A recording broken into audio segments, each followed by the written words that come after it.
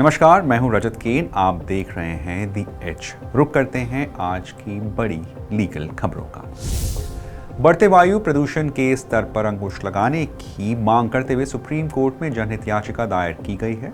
प्रधानमंत्री नरेंद्र मोदी के fit India अभियान के वेलनेस चैंपियन ल्यूक क्रिस्टोफर काउंटिनो द्वारा दायर जनहित याचिका में कहा गया है कि देश में वायु प्रदूषण का स्तर एक पब्लिक हेल्थ इमरजेंसी के स्तर पर पहुंच गया है, जिससे ग्रामीण और शहरी दोनों इलाकों में नागरिक गंभीर रूप से प्रभावित हो रहे हैं।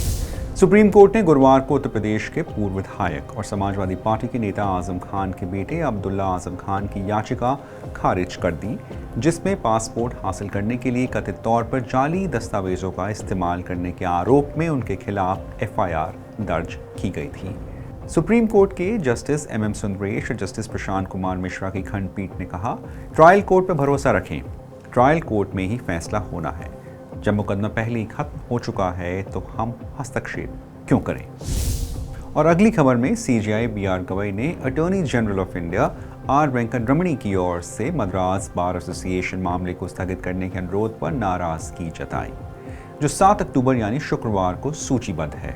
अटॉर्नी जनरल के लिए स्थगन का अनुरोध करने वाली additional solicitor general Aishwarya Bhati से चीफ जस्टिस गवई ने कहा, यह न्यायालय के साथ बहुत बड़ा अन्याय है।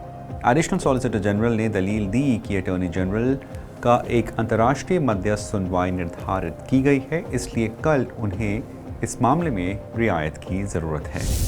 अगली खबर में सुप्रीम कोर्ट ने गुरुवार को ऑनलाइन गेमिंग प्रमोशन और regulation act 2025 online gaming act को चुनौती देने वाली याचिकाओं में केंद्र सरकार से एक विस्तृत जवाब दाखिल करने के लिए कहा है।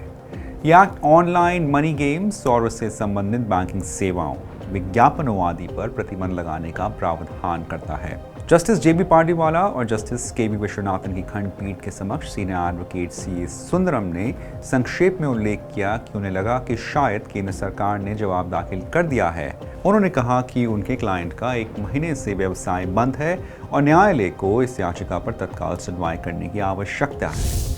Punjab and Haryana high court ने यूट्यूबर अजीत भारती को निर्देश दिया कि अगर वे अपने खिलाफ दर्ज एफआईआर का विवरण चाहते हैं तो वह उस वीडियो का लिंक उपलब्ध कराएं, जिसमें कथित तौर पर सीजेआई बीआर गवई पर एक वकील द्वारा कोर्ट में अपमानजनक हरकत की गई थी।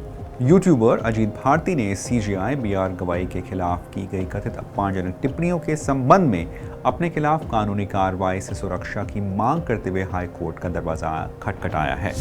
तो ये थी आज की मुख्य लीगल खबरें। कुछ ऐसे ही खबरों को देखने के लिए दी एज को फॉलो करते रहें।